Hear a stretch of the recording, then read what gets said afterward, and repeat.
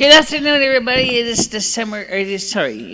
January 24th, 2013. It's MicheleMarieDalene again.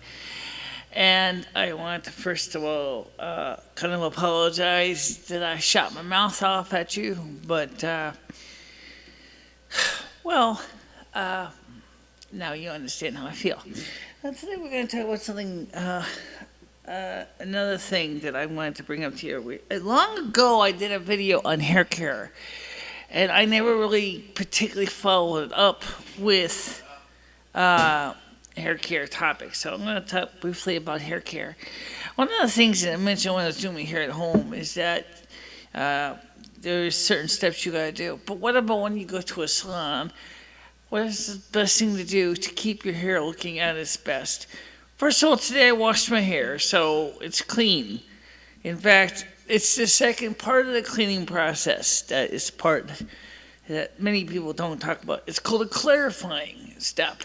When you clarify your hair, you can buy all kinds of fancy products to do the job. But I found out the one that seemed to work for me most of the time is regular good old-fashioned white vinegar, which it doesn't have any additives to it.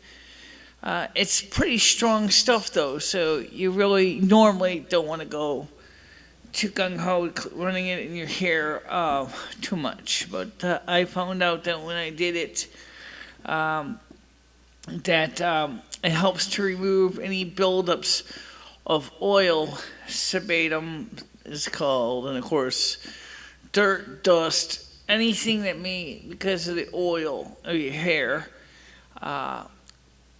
any residues from certain types of hair treatments can also be removed with this as well. I have, as you can see, I have trying to balance light output by having the light on both sides here to make it easier to see my face better well lit than before. A lot of times when you do my hair on camera, you'll see that usually it's the left side that gets more light than the right. That's because there's a window on my left side and there is usually no light source on my right side. We decided to try to ameliorate that by putting a fill light source on my right side, so you can see me more evenly illuminated. At least that's the intent. I don't know if that's going to be necessarily true.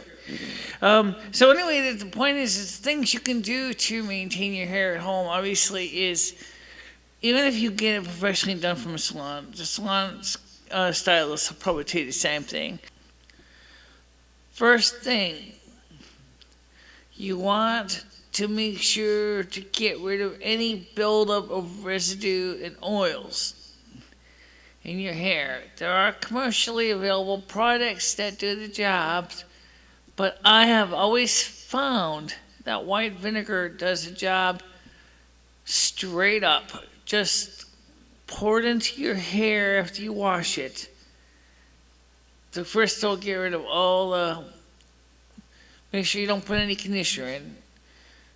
And just go ahead and just after you wash your hair, I wash my hair with ivory bar soap, by the way, because that works for me. And then I just once in a while I'll take the white vinegar from the 1-gallon bottle. I'll just pour it on my head, and the minute that stuff touches your hair, it does something really amazing. All the oil starts to separate from the hair follicle. And the hair will start to feel like straw, okay? Don't worry about it. It's not going to kill your hair as long as you exercise this part with due care. After you got that vinegar hair in your hair and it's saturated, then use warm water and very gently rinse out the vinegar in your hair. And all this oils and crud that is in your hair, you will notice in the sink basin, or if you're in the bathtub like I was, all that junk will be in your tub as a residue and an oily mass in the water. If you decide you want to rinse it off in the tub, do not do that this time, if that's your normal regimen, because then you'll put all that crap right back in your hair again, okay? So you don't want to do that. So you want to make sure that you rinse it off with fresh, clean tap water and make sure the vinegar is out. Don't worry if you got a little bit left in there. It's not like hair bleach. It's not going to kill your hair. However, you want to try to get as much of it out as you can. The next thing to do is to let your hair dry at least a bit before you use a pick. And carefully, I'm using my fingers here, pick out the hair follicles to make sure that those hair follicles are going to detangle. They're going to kind of glop together and stuff. So you want to pick it very carefully.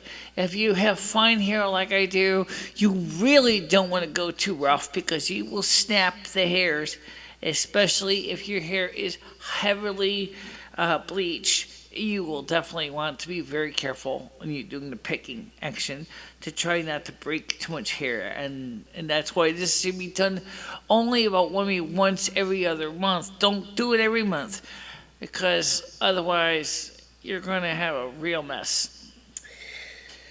Now, I'm going to have to ask my colorist, like you can see here. My hair was done a few days before the 13th of January. Remember that episode when I had the cold? And they bleached, and my colorist bleached his hair perfectly. And already you can see that the roots are coming out again, and it's vexing. It's frustrating. So I'm gonna have to see about saving some more money to work on getting my hair done twice a month. To do that, I'm gonna have to seriously cut some expenses somewhere. So I will see you soon. Please keep me in your heart. Please keep comments coming. And if you want to make donations, like we said yesterday, we'd appreciate it very much, okay? So if you want to contact me here at YouTube, you may do so with your requests and or comments with what materials you'd like to donate to the studio. We would more than welcome to accept it. Okay? Good night, everybody.